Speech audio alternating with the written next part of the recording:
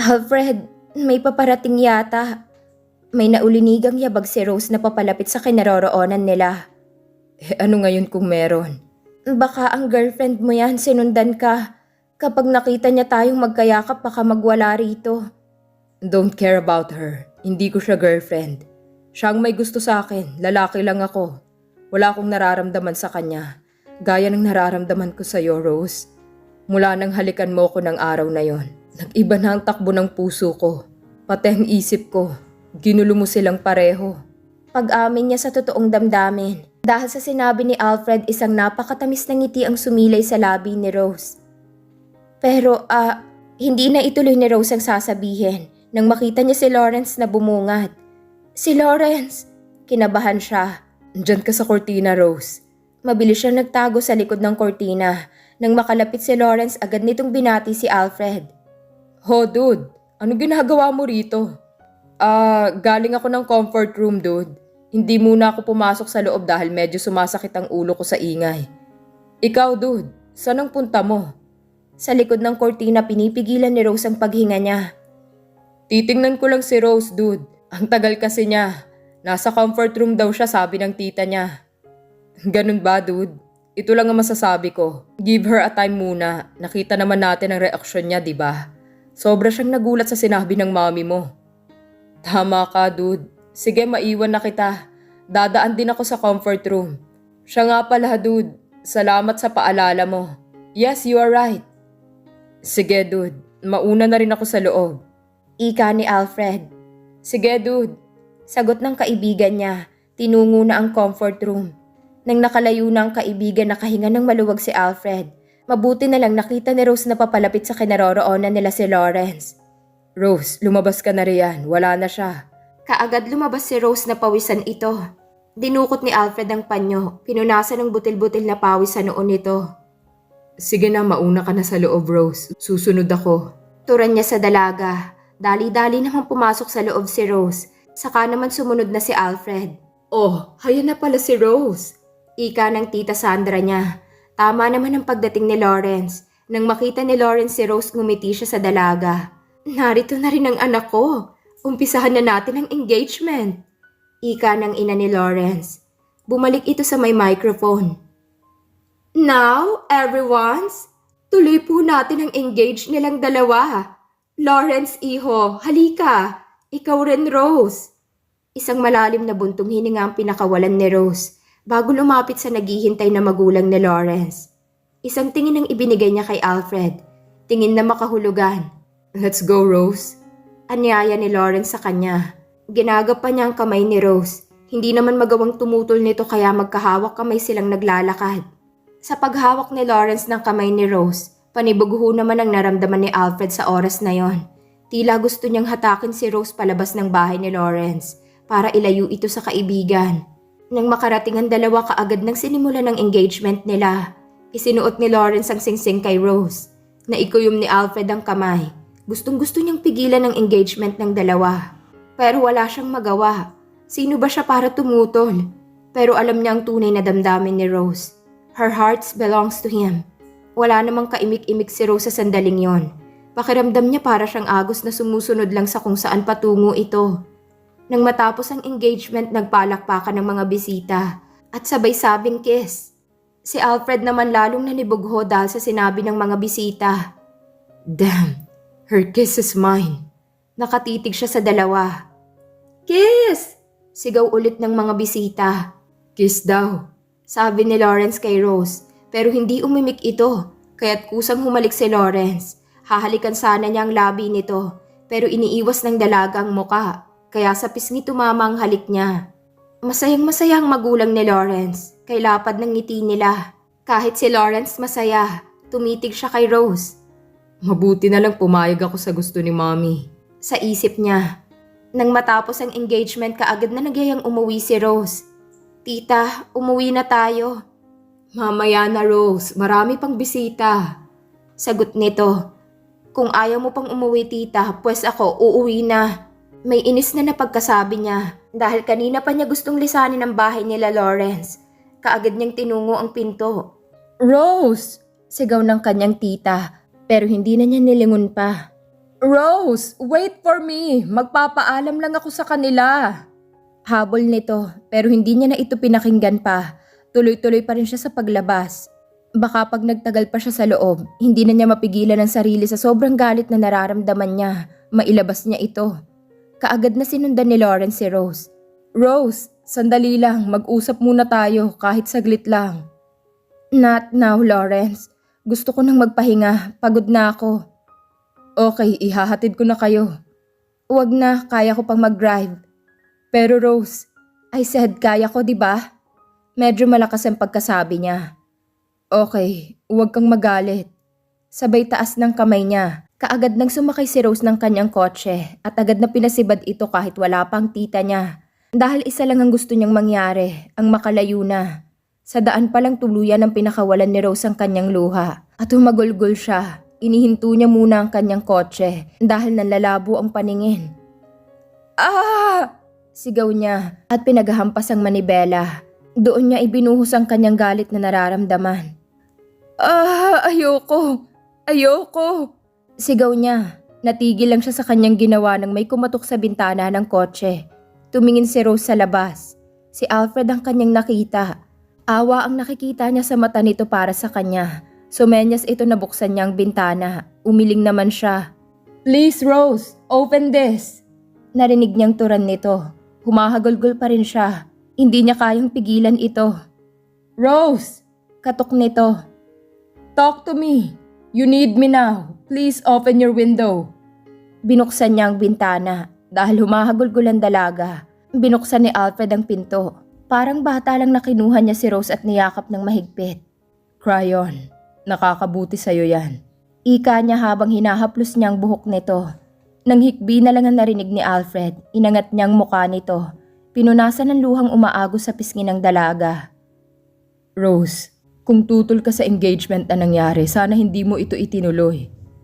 Kung hindi ko ito gagawin, mawawala ang lahat sa amin. What do you mean, Rose? Tell me, baka sakaling makatulong ako sa'yo. No, wala kang karapatan na tulungan ako dahil hindi pa tayo lubos na magkakilala at ayokong madamay ka rito. Try me, Rose.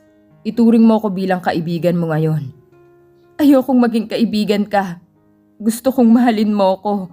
Sigaw ng isip ni Rose. No, kung ano man itong pinasukan ko, ano man ang kahinatnan tatanggapin ko. Rose, ika na lang ni Alfred at niyakap niya ng mahigpit ito. Sa yakap ng binata sa kanya, pakiramdam ni Rose ang gaan ng pakiramdam niya. Napaka-comfortable niya sa bisig nito. She feels so safe. Kaya't napapikit siya. Ninanam namang kaiga-igayang nararamdaman kahit ngayon lang. Damang-dama ni Alfred ang paghihirap ng kalooban ng dalaga. At gusto niyang i-comfort sa pamamagitan ng kanyang yakap at iparamdam na nasa tabi lang siya nito. God, I know I love this woman. Na minsan kong sinabing baliw dahil sa paghalik niya sa akin. Yun palang maging daan para mahalin ko siya. Pero bakit ganito ang nangyari? Sa kaibigan ko siya mapupunta. Nakapikit niyang turan. Kaya pareho nilang hindi nakita ang isang sasakyan na huminto at kaagad na bumaba ang sakay nito. Nabigla silang dalawa nang biglang may humawak kay Rose. Para magkalayo sila. Magsasalita sana si Alfred. Isang suntok at dumapo sa pisngi niya dahil sa lakas ng suntok ni Lawrence na tumba siya. Lawrence! Sigaw ni Rose sa ginawa nito. Dadaluhan sana niyang binata pero pinigilan siya ng kanyang tita.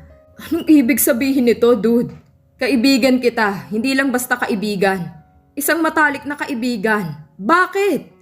Galit na ika nito. Dude, sandali lang. Wala namang kaming ginawang masama ni Rose. Anong wala? Sabihin mo nga kung anong tawag mo sa nakita ko na magkayakap kayo, ha? Dinaluhan ko siya, dude, dahil nahihirapan siya.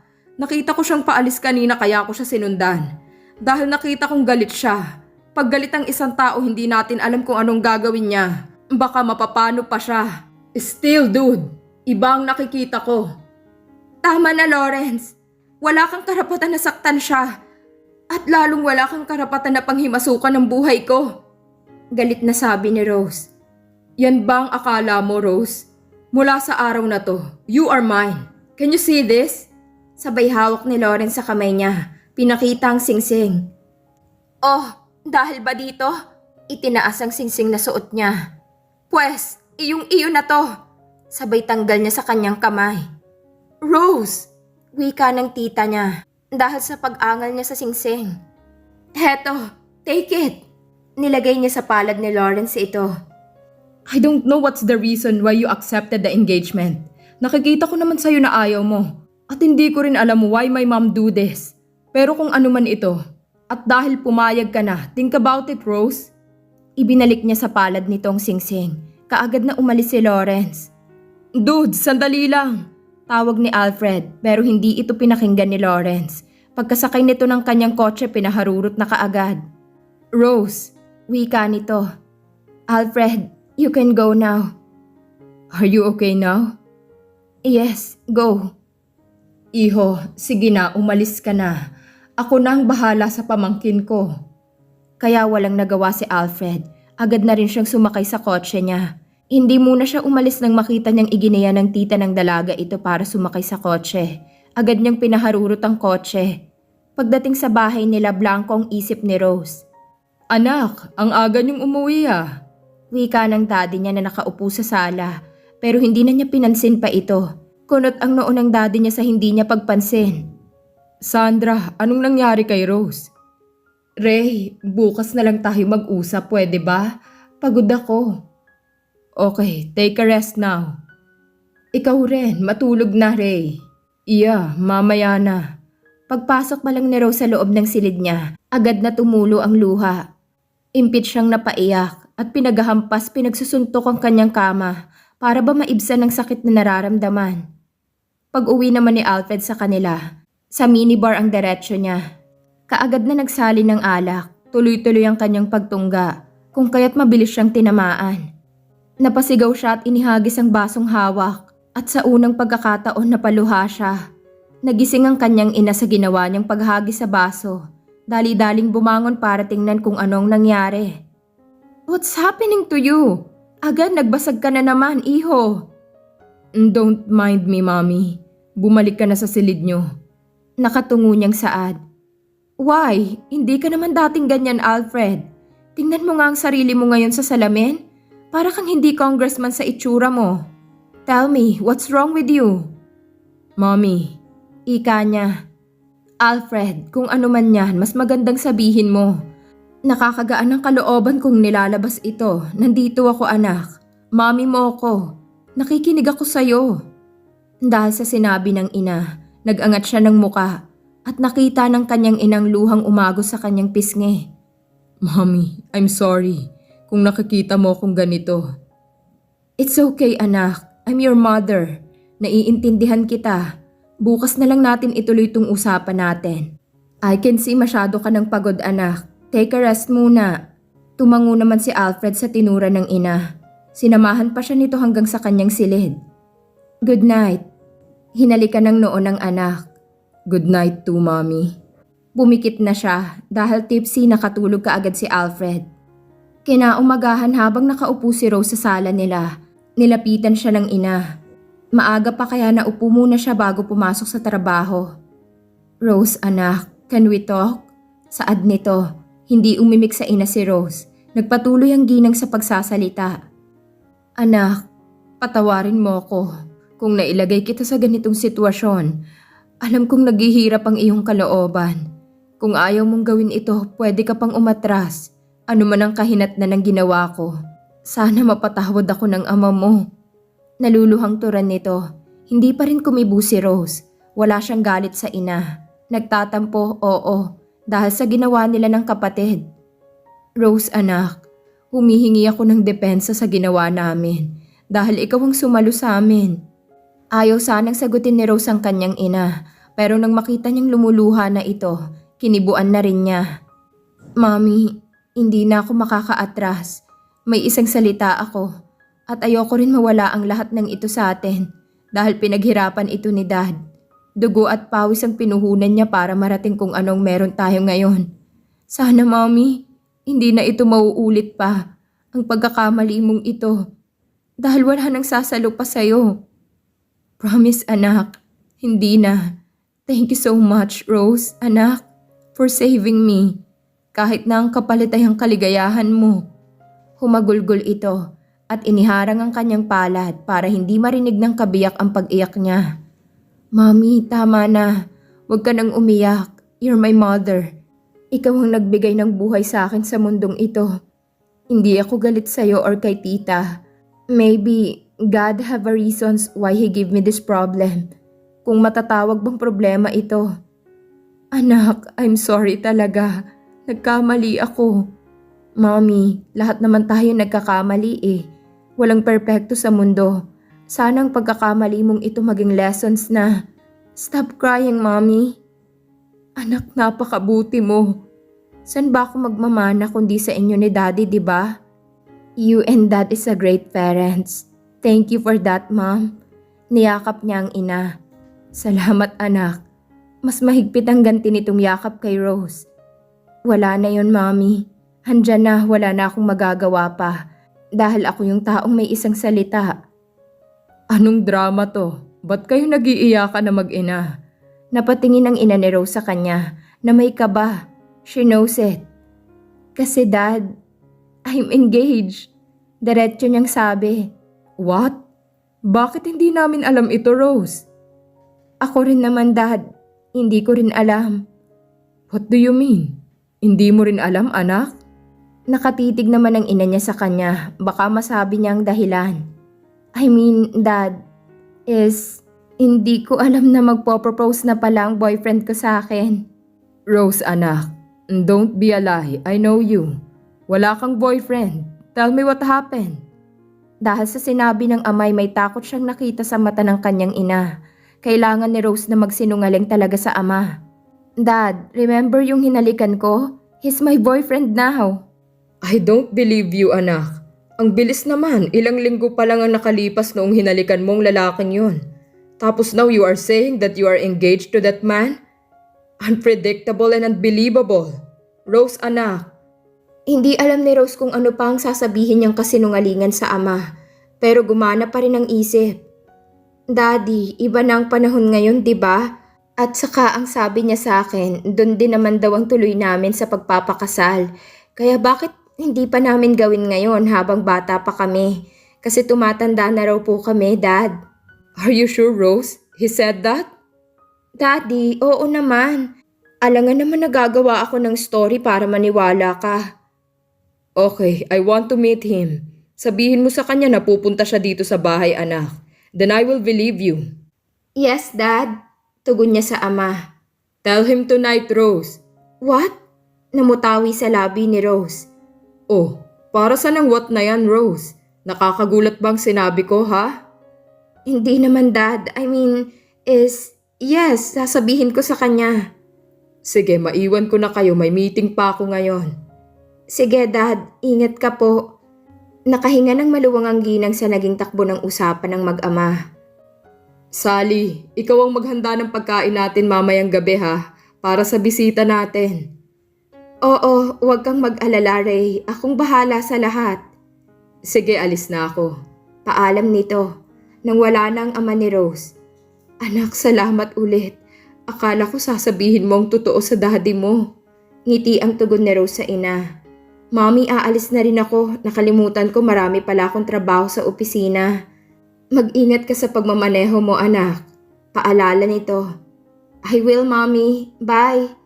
Humalik muna siya sa pisngi nito bago lumabas ng bahay. Sa office ni Alfred, hindi siya mapakali dahil sa nangyari kagabi. Kailangan mag-usap kaming magkaibigan. Wika niya sa sarili. Kaagad tinawagan ni Alfred ang kaibigan. Sa sandaling yon busy si Lawrence.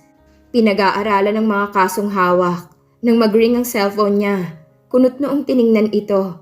Si Alfred, ayaw sana muna niyang kausapin ang kaibigan dahil sa nangyari kagabi. Pero naisip niyang kaibigan niya itong tunay. Hello?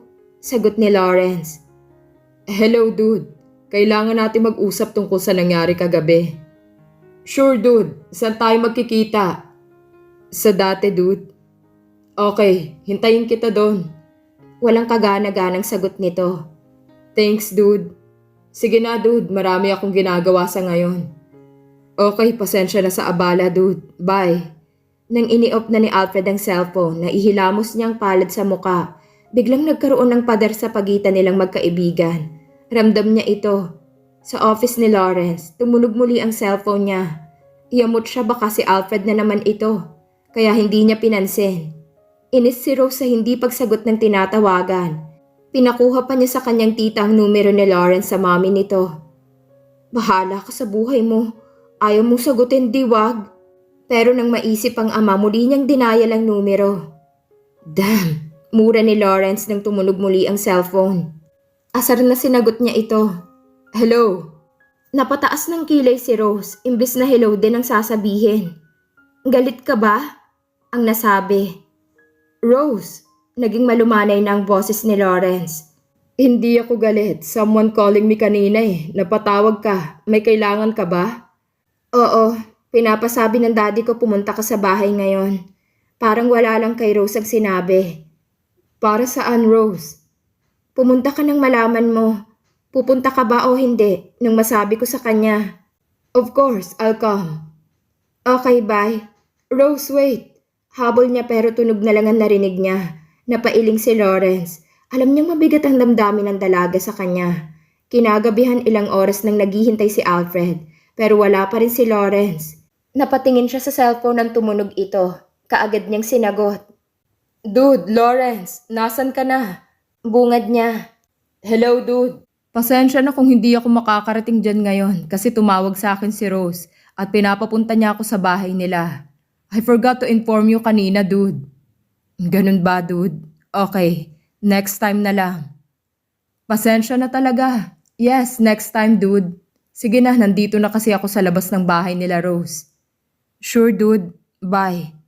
Nanlulumong ibinaba ni Alfred ang cellphone niya sa lamesa. Dahil sa sinabi ng kaibigan na nasa bahay ito nila Rose, ramdam ni Alfred na may tumusok na karayom sa kanyang puso. Nakadama siya ng selos kay Lawrence. Dahil sa selos na nararamdaman niya, kaya't panay inom hanggang siya'y malasing. Nagulat na lang si Alfred na may humalik sa kanya. I know you are here. Oh, lasing ka na. Tama na yan. Hindi pa ako lasing, Monica. Why are you here? To find you. Kasi hindi mo man lang ako magawang matawagan. Busy kasi ako sa trabaho ko. Oh, busy ha? Kung busy ka, bakit ka naglalasing ngayon? Tinapunan lang ng tingin ni Alfred ang dalaga. Maybe tonight you are not busy, Congressman? What do you mean? How about my place? Wika nito sabay ngiti pa ng ubod tamis. I miss you so much. Bulong na may kasama pang halik sa tenga ng binata. Dahil sa ginawa ni Monica biglang nag-init ang pakiramdam ni Alfred. May tama na siya kaya siniil ng halik ito. Alam ni Monica kung saan ang kahinaan ng binata. Tinugon niya ito na very passionate na lalong nagpainit kay Alfred. Let's go. Aniyaya niya kay Monica. Kaagad na silang umalis. Hindi na sila nagtuloy pa sa bahay ng dalaga. Sa malapit na hotel na sila pumasok. Pagpasok pa lang nila sa silid agad na sinunggaban ni Alfred si Monica. At sa isang iglap wala na silang damit. You are now mine, Mr. Congressman. Sa isip-isip ni Monica. Then Alfred start kissing Monica all over her body. Puro ungol na lang ang naririnig rito. Dahil nasasarapan siya sa ginagawa ng binata sa kanya. Lalong lumakas pa ang ungol ng dalaga. Nang bumaba ang halik ng binata. Napaungol pa ito. Nang hindi na makatiis si Monica. Alfred, take me now. Pagmamakaawa nito. Naintindihan naman ni Alfred ang nais nito. Kaagad na siyang pumaibabaw. Sa sandaling yon, ang tingin ni Alfred kay Monica ay si Rose. Kaya't hinalikan niya ito sa labi ng banayad. May pag-iingat at pagmamahal. Dahil sa ginawa ni Alfred, lalong nag-init ang katawan ni Monica. Muli itong umungol habang sinasambit ang pangalan ni Alfred. Napadilat bigla si Alfred nang makita niyang hindi si Rose ang kanyang hinahalikan. Biglang nawala ang init na dumadaloy sa katawan. Napabangon siya na ikinagulat ni Monica. Alfred, what happened? Bakit ka huminto? I'm already there. Please continue. Hindi kumibo si Alfred. Tinungo niya ang banyo. Alfred, bitin ako! Sigaw nito. Tumuloy sa loob ng banyo si Alfred. Hindi niya pinansin si Monica. Ah! Inis na sigaw ni Monica. Pinagbabato ang bawat mahawakan niya. Naghilamos si Alfred. Tinitigan ang sarili sa salamin. Rose, Aniya, nang lumabas na ng banyo si Alfred, agad na siyang nagbihis. Alfred, do not do this to me! I'm sorry, Monica. Turan niya at walang lingon-lingon na lumabas siya ng silid na iyon. Pinagahampas ni Monica ang mga unan. Alam kong iba ang nasa isip mo habang hinahalikan mo ko kanina, Alfred. Dahil nag-ibang halik mo. Rose, I know ikaw ang dahilan. Damn you, pagbabayaran mo to. Nagngingit-ngit na saad niya.